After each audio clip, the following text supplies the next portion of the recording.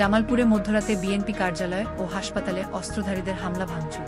Footage দেখে জড়িতদের শনাক্তের চেষ্টা করছে পুলিশ। চারজনের হাতে বন্দুক আর 4জনের হাতে অস্ত্র। বিএনপির দলীয় কার্যালয়ের সামনে গিয়ে হামলা চালিয়েছে। আপনারা দেখছেন BD24 নিউজ, সঙ্গে আছি আমি ফারিয়া নাজনী। জামালপুরে মধ্যরাতে হাসপাতাল ও বিএনপির কার্যালয়ে তাণ্ডব চালিয়েছে অস্ত্রধারী সন্ত্রাসীরা।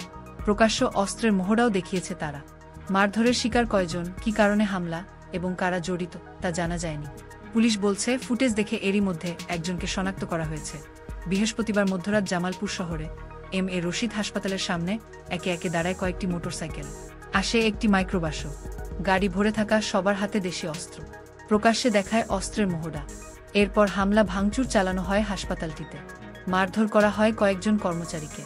হাসপাতালটির পাশেই জেলা বিএনপির কার্যালয়, সেখানেও তাণ্ডব চালায় অস্ত্রধারী দুর্বৃত্তরা। আমাদের আঘাত করে আমরা করে আর কিছু না। 4জনের হাতে বন্দুক আর 4জনের হাতে অস্ত্র।